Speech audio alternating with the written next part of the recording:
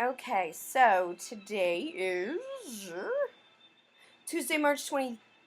Oh, well, I just read that, and no. Tuesday, March 8th, 2016. Confused. At 6:41 p.m. And so I don't shake, let me go ahead and set this down. So I just had the most hilariously amusing conversation with John McHugh, right?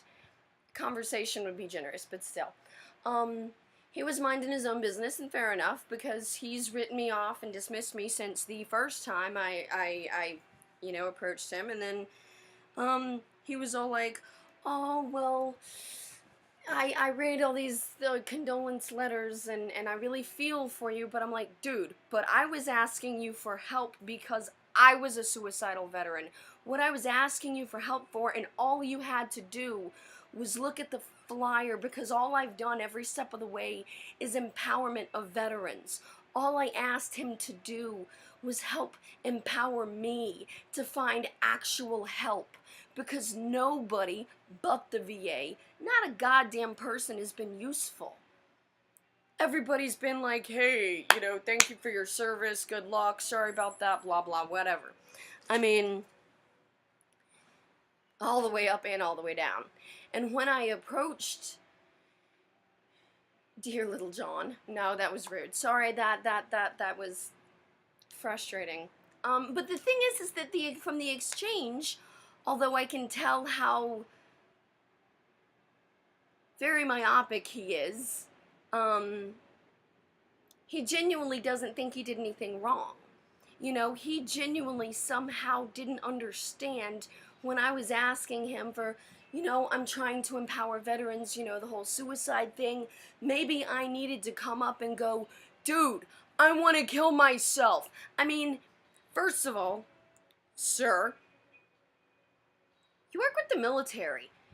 You should kind of be used to at this point people going, hi, suicidal veterans looking for options, yeah, a year and a half ago, I was, kind of traumatically shy to go, yo, I'm suicidal, help me. And he fucking wrote me off. Second time, wrote me off. Third time, wrote me off. I mean, like, at this point, I literally had given him my book of, dude, I'm gonna kill myself, and this is the shit that really fucking happened. I had given him I had provided more than enough information if he had even bothered to look through it, which he obviously didn't, because he obviously wrote me off. He clearly had chose, or that would be unfair of me to imply that it was a deliberate choice. After the interaction we just had downstairs, I give the benefit of the doubt that he really is that clueless, because this man literally equated distance to action. I mean, and we're not talking pace counts, because just like living the book of coercive diplomacy, calling my fucking shots as it's the right thing to do, okay? He told me to back up. Oh, no. Sorry, my mind isn't working a linear way. Backing up. Okay, so, I don't know, whenever. In the parking lot, it was daylight, he was driving off, I just shouted out, hey McHugh, I mentioned you to the media, and dude was like 4 car distances away, in a common parking lot, in a public space, and apparently he spoke to building security about me harassing him. Dude, you're in a public space, you're at least 4 cars away. I shouted something after you. You stopped, rolled down the window, and said, what? And I politely repeated that I mentioned you in the media to, your, I forget what I said. Something like failure to help me or something like that. And he's like, oh, okay, whatever. And yet it was, anyway. So apparently, building security suggested distance. And I'm like, okay. He was standing over by the front on his phone because, dude's more connected to that phone than a fucking girl. But again, personal issues, not my problem, right?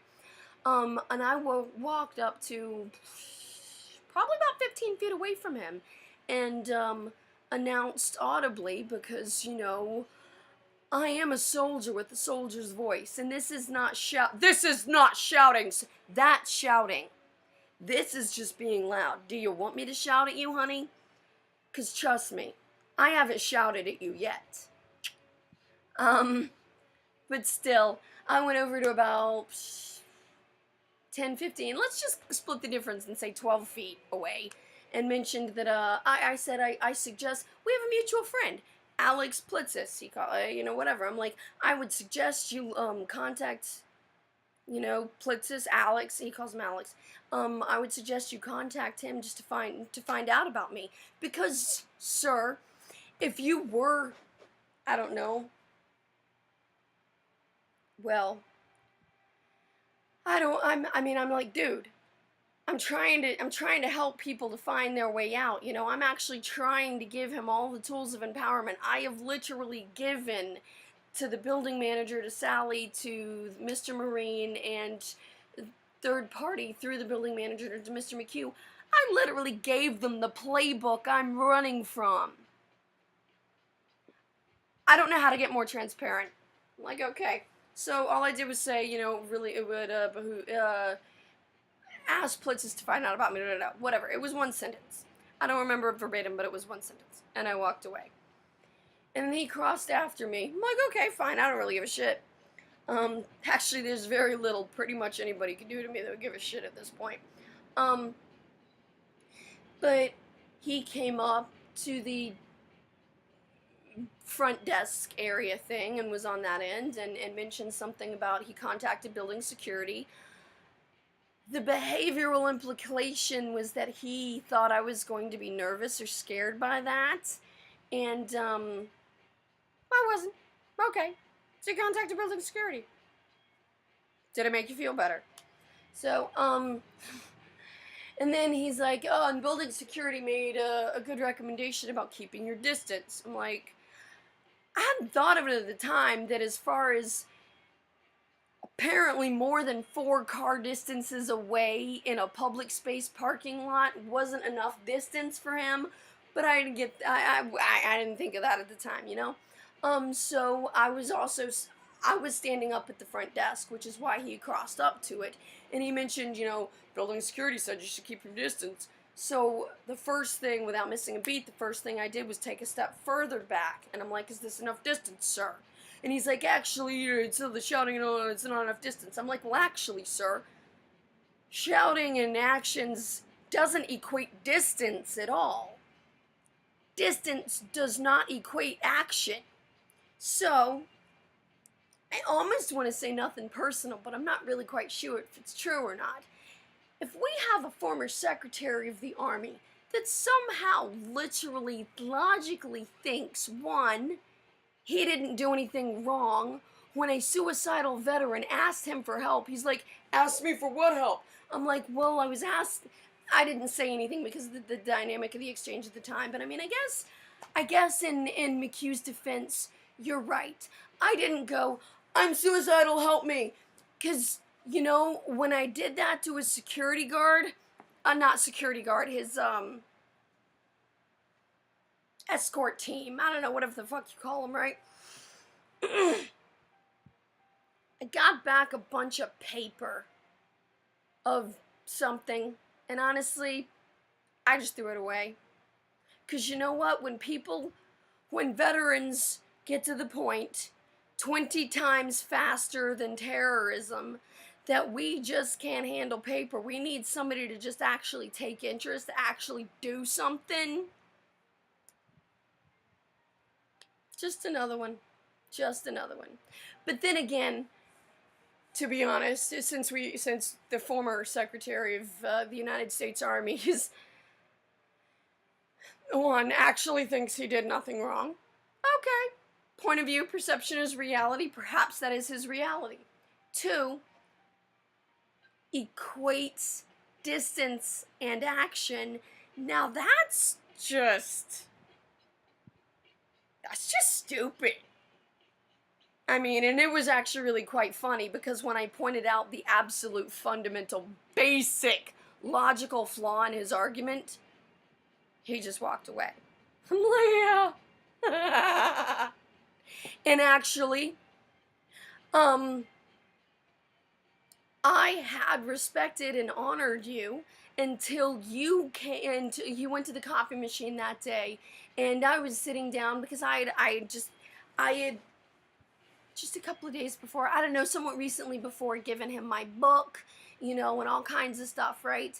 And I was writing him a letter, just a little note card saying something in reference, I don't know, maybe business, I don't know, whatever I was doing, right? But I remember quite deliberately feeling excitedly hopeful about the fact that I was sharing so much of myself with the top dog in the army. Somebody's gotta help me, right? And then he walks past me. I was sitting in the lobby, and he walks past me to go use the copier. I'm like, okay, well, save me a couple of steps, So I walk up. I didn't even enter the copier room. I was standing outside of the copier room when I'm like, oh, sir, I was just gonna leave some, I don't know, whatever I said. I said, oh, sir, or whatever, right? And he's like, oh, were you stalking me? Oh, he had a fucking credulous tone, a dismissive demeanor, and everything about him just projected as about the, get the fuck away from me, you crazy pain in the ass. Whoa.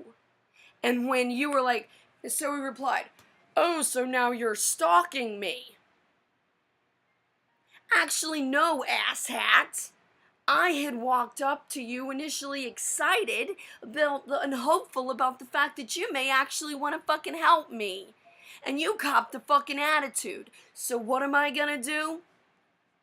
No, sir, actually you walked right past me. It's called situational awareness, sir. Okay, so we got a dude that genuinely thinks he didn't do anything wrong when I genuinely directly asked him for help as a suicidal veteran that wasn't being given assistance from fucking anywhere but the VA. And thank God for the VA, right? Woo! Because yeah, people may complain about the better, but I challenge about them, not being better, but I challenge you. Who the fuck's doing more? Who the fuck's doing better? Because it ain't a goddamn one of the VSOs. I was talking, I've actually talked to multiple veterans. You got the Wounded Warrior t-shirt, the hat, or the whatever. I think I have met one person out of all those random conversations or whatever, one person that has actually benefited from the Wounded Warrior program. Although, dude, they send out mailing labels, t-shirts, hats, they send out propaganda like a motherfucker. But what do they actually do? And the one person was like, yeah, they hook me up with a kayaking program. I'm like, well, at least that's something. It's nice to hear that some vet is actually benefiting from the program, because most of these fucking programs around have such a high, needlessly high threshold that it's not really helping enough of us to be worth the fucking helplessness we feel when nobody's helping. John McHugh is just an example. And he clearly thinks he did nothing wrong. I literally gave him the draft copy of my book where I'm literally pouring out my soul and asking for help. I literally just slid a note under the door going, let's just, please sir, I'm asking for your help. Let's just have tea. Let's go up the street and have tea. Dude didn't give a fuck. I literally, here's what you did, John McHugh. You labeled me. You judged me. You wrote me off. You copped the fucking attitude and then got pissy when I fucking threw it back at you for your own obvious inadequacy. Then you come up to me going, ooh, I'm sorry, sir. Is 4 car lengths in a public area not enough distance for you? Okay, well maybe you should keep distance. Okay, I step further away. Is this enough distance for you? Well, not with you shouting and acting. I'm like, yeah, I didn't say anything, but I'm like, you think this is shouting? That's what it said in my head. Like, okay, maybe this dude's obviously a little, fragile for the position he held. To each their own. And then he equated the whole, well, not with you shouting and stuff. I'm like, dude, are you literally equating action and distance? Because they're logical fallacies to associate the two. I just literally fucking politely and diplomatically called him out as, damn, you tried to pull that? Sir? I mean, it's not my fault he didn't read the book, and he obviously didn't, because if he'd even flipped through to look at the pictures, it would have piqued his interest as in a security respect alone. You didn't, did you? That's how you failed me.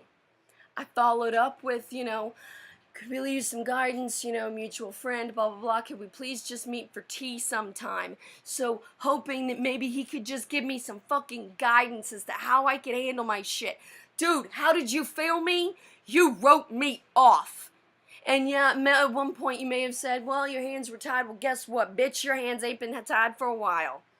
And I wasn't gunning for you until you made it personal.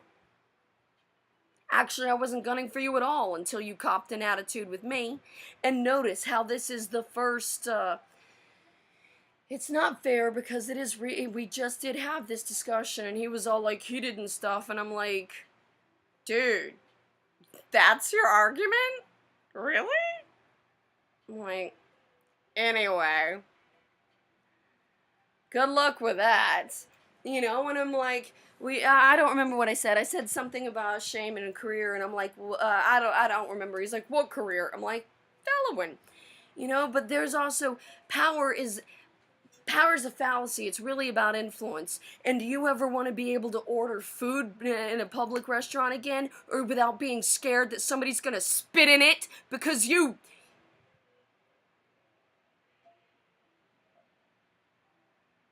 Because would you like a tissue for the ink on your hands, sir? Alex Plitzis, as my brother, I know you fucking probably look up to him, and maybe, rightfully you should. But one, the man's obviously not as smart as you think. Because from what I've seen off the cuff at least, when outside of his lane, dude's a little slow. He lacks compassion. He lacks ability to be effective. And although I am certain he is a nice guy down in there somewhere, let's just say he's slow. When he obviously doesn't give enough of a fuck about the military, the soldiers he represents, to fucking represent. Maybe, to feel a little bit better about all those condolence letters he had to sign, maybe it needed to show up in a folder with like a clearance stamp on it or something.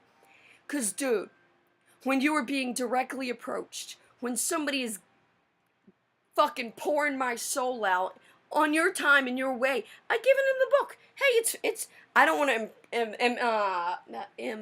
impose. I don't want to impose myself on him. Gave him the book. He could read whatever he wanted, whenever he wanted, and then he would have understood. Holy shit. This is a big fucking deal. This is such a big fucking deal. Not only did the United States Army, the U.S. government, and every fucking buddy in the chain of command fail my ex for a decade so that he flipped out and beat me to death, but then wash, rinse, and repeat, those same people, including you, are fucking failing me. And you dare complain about the hardship of you signing condolence letters when you were a part of what killed us? I'm sorry, sir, if your gentle, fragile little feelings need a little more distance, because... And I even mentioned that I asked him for help. He's like, you asked me for help? How? What did you ask me for help? I'm like, did I have to put it down in a form in triplicate to say, please help me not kill myself? What help did I ask him for? for guidance. I'm sorry, leader that you're obviously not much of. As a soldier, I asked my neighbor, the top dog in the U.S. military, because all the way bottom to all the way up, nobody seems to give enough of a fuck to do anything. I asked him for guidance. Fucker wouldn't even meet me for tea. And that's when we got a friend in common, you know? We're neighbors, live in the same building, and have mutual friends. And yet he would be concerned enough for my well-being that he would actually think that I didn't have a place to stay in Thailand. But yet, he wouldn't even meet me for tea, or even a 5-minute conversation in the lobby, or even ask me a fucking question. He never even asked you, how can I help you? How did you fail me, John McHugh? I'm fucking pouring my soul out to you, and you never even asked how you could help. And that's why I ended the conversation on, I don't remember, something to the effect of, you failed me, but I hope you've done better by my brothers. Because guess what? Your contrition is to fucking organize and execute that which would be the contrition of Marina Towers, that if, hey, dude, I don't even really give a fuck what happens from beyond this, because honestly, you can't unthink a thought. It is my God-given right as a red-blooded American to free speech. I get to say whatever the fuck I want within reason, and I've stayed within those reasons. And, yeah, after I've called people out, because what I'm really after is change. Revenge is a waste of time, and it's just gonna eat me up. Lawsuits and courts and shit, fuck. Again, lots of stress, highly ineffective, highly, it's an uncontrolled outcome. You know, I would much rather minimize stress, maximize impact and efficiency, and go for the throat without ever touching them. Because all I gotta do is state the facts, sandwiched in my opinion as my right to free speech. All I gotta do is put the word out there, because you can't unthink a thought. You can't unthink a thought, just like you can't unfire a bullet. You starting to learn, sir? Honestly, I'd be curious to know how long you fucking held position at, well, not that I would even give a fuck enough to Google it, because it's more of an implication of how fucking long did you work your chain up in the rank of the military system, because that is how long you failed us, because you fed in to propagating and promoting a system that was doomed to fail, because America was fighting an ideological war physiologically, because your distance and action confusion statement obviously was enough to confuse ideology with physiology. And people wonder why we're losing this war? Really? Is it really even a question? Really? Because you cannot fight an ideological war physically. Because all you do by fighting an ideological war physically is you reinforce the ideology. Whoa. Oh my God. You mean that, I don't know, somewhere between Shakespeare, Greek tragedies, Plato, modern psychology, logical fallacies, and manipulation, nobody figured out that we were reinforcing and dragging out the problem because of actions exactly like that? Guess what? Oh, actually, honestly, well, where's my bag? Because I had a great therapy session with all kinds of stuff on it. Hold on, let me get my bag, because this is awesome.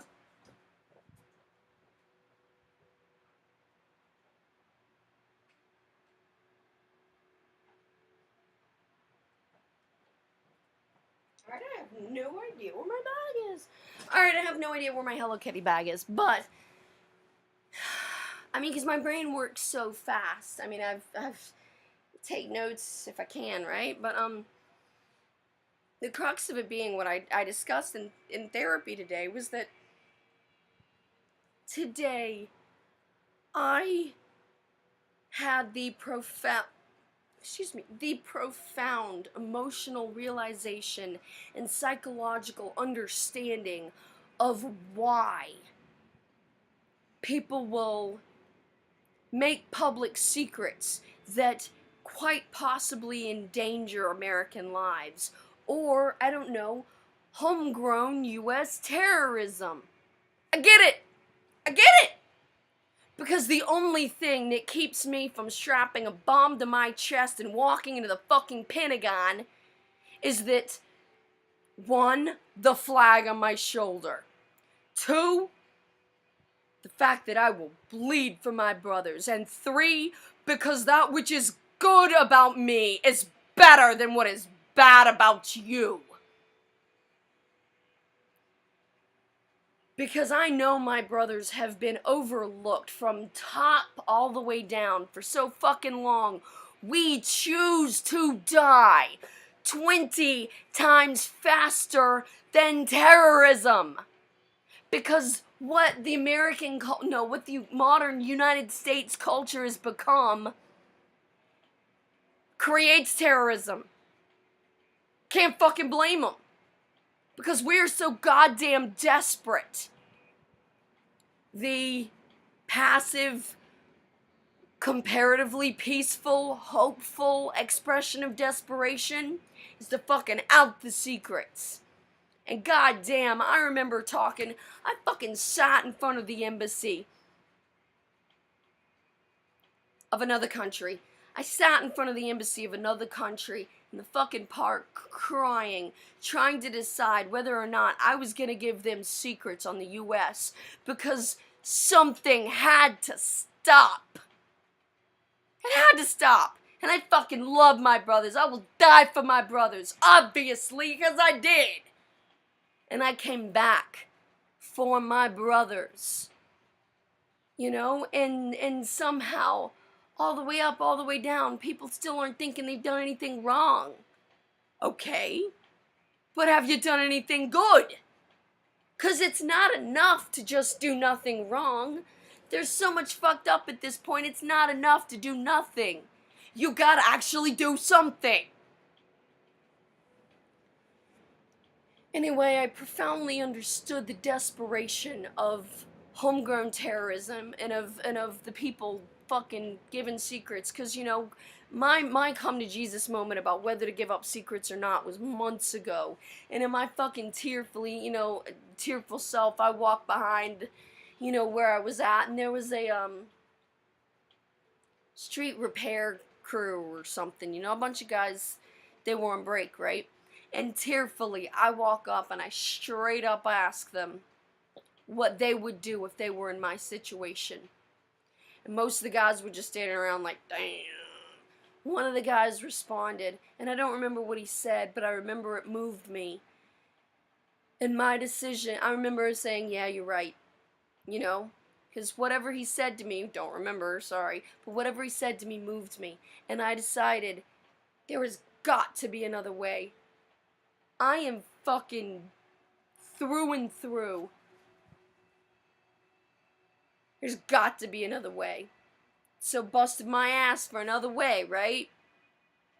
John McHugh, would you mind if I then turned around and gave away US secrets to get your fucking attention now?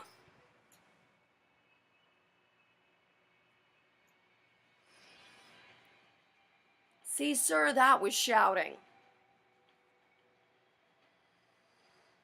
And I don't like being the person that shouts, but I also don't like the fact that veterans are just the most extreme of us because we can't retreat further. We're back surrounded by all of this bullshit, the capital sin that is fucking redefined misdefined America, with the vast majority of the American populations fighting a war for survival, trapped in the lowest level of Maslow's hierarchy of need. And John McHugh, your fault is that you are so fucking removed, you are so fucking above it all, that even when a veteran, an articulate, intelligent, expressive veteran that lives in the same building and even has a mutual friend, you still fail to listen. Because you're apparently above it all. But yet have the balls to feel bad about signing condolence letters while you drip in our blood. You failed me. Let's see how you do by our brothers. Because you know what? It really doesn't matter what comes of this or not.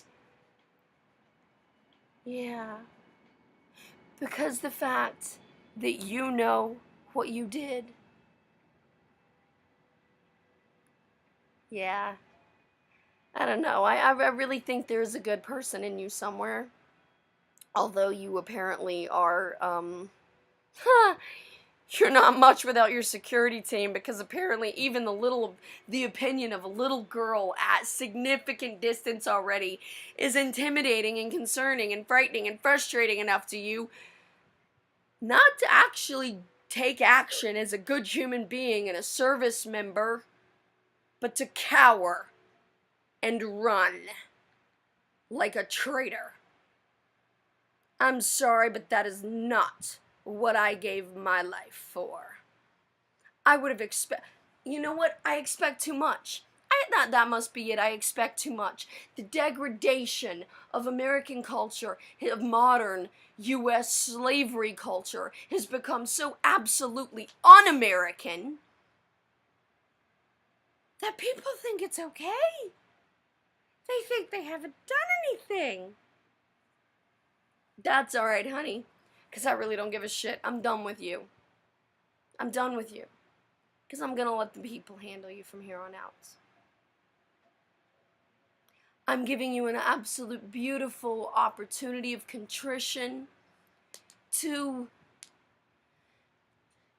help create a 24/7 safe house for suicidal veterans, so that instead of feeling tortured by all those condolence letters you've had to sign,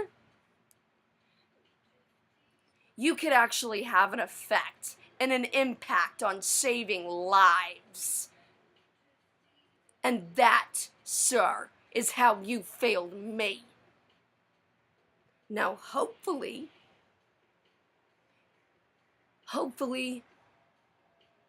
American veterans, American people, American patriots will remind you of your responsibility to those who have served.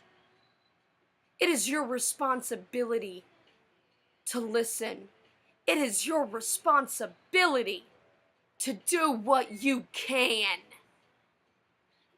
It is, oh wow, I got some sun today. Just noticing my nose is red, and I don't even drink alcohol. I don't imbibe. I mean, it's funny, the single, anyway. ADD anyone? I mean,